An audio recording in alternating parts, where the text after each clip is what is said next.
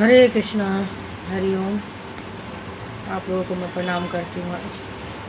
और जहाँ मैं बताई थी पहले, जो मेरे नाना जी भूत भविष्य में वर्तमान में जानते थे, दूसरे वीडियो से मैं बताई थी। तो नाना जी थे ही तब हमारा जन्म हुआ था बिहार के सुपौल ज़िला में। यहाँ मामा गांव में हम लोग पैदा हुए थे, हम तीनों भाई बहन। तो हम अपने मम्मी पापा का तीसरी संतान है। मेरी मम्मी का भी बताए थे, जो क्या कहते हैं,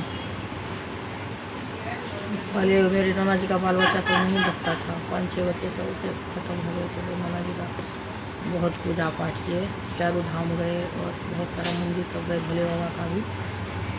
और वहाँ से भागवत भगवान भी लाए। भगवत का कथा तो नाना जी पहले से करते थे। और उनको काली की भी सिद्धि थी,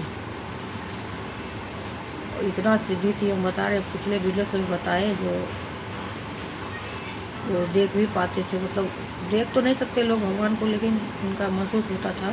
खाना जो खाने बैठते थे तो बहुत सारा खाना खा लेते थे, और मीठा चीज़ तो इतना खाते थे, आधा किलो चीनी मेरे नाना जी खा जाते थे।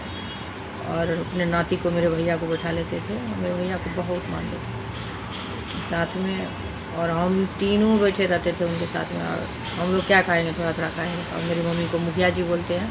मेरी मम्मी का जन्म हुआ था बहुत बाद में, जब हरिवंश कोई बुक नाम जो होता है, कथा होता है, तो वो सुने थे, तो उससे मेरी मम्मी का जन्म हुआ था।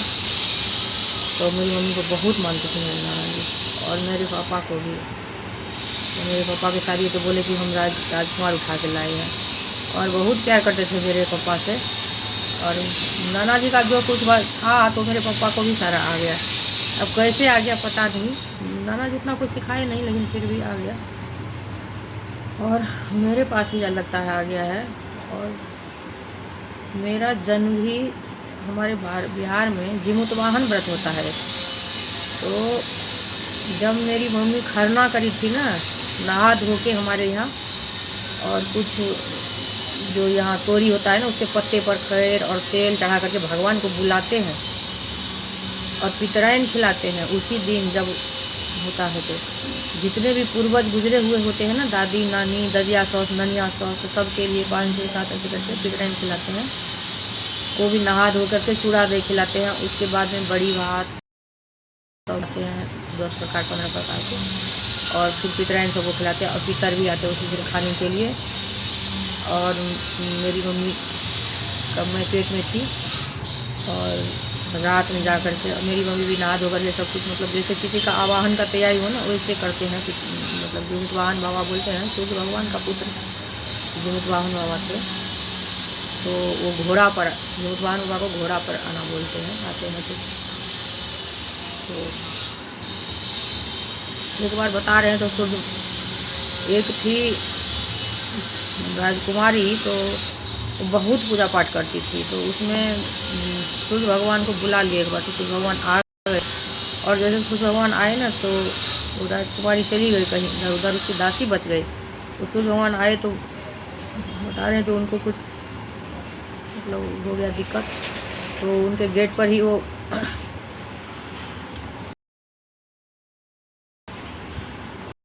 कुछ साग लाल वाला पैदा हो गया। तो और वो बहुत ललित साग था एकदम। तो वो राजकुमारी खा ली थी, तो तोड़ करके उसको बहुत अच्छा लगा। दासी वो दोनों खा ली, तो राजकुमारी को माँ बन गई वो। तो उसी से जिमुतवाहन बाबा का पैदा हुआ था।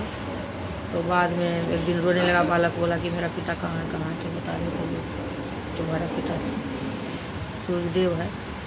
फिर सूर्यदेव आए, फिर अपने बेटा को जिमुतवाहन बाबा को ले गए उठा करके। तो उस दिन से अपने पास, और उनका पालन पोषण किए। तो सूर्य का ही अंश हुआ, तो उसी दिन बोलते हैं जिमुतवाहन बाबा का आना होता है।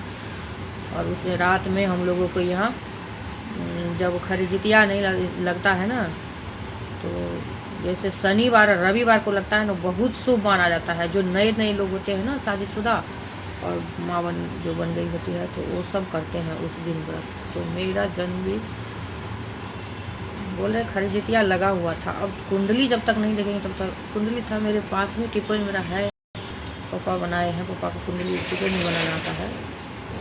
तो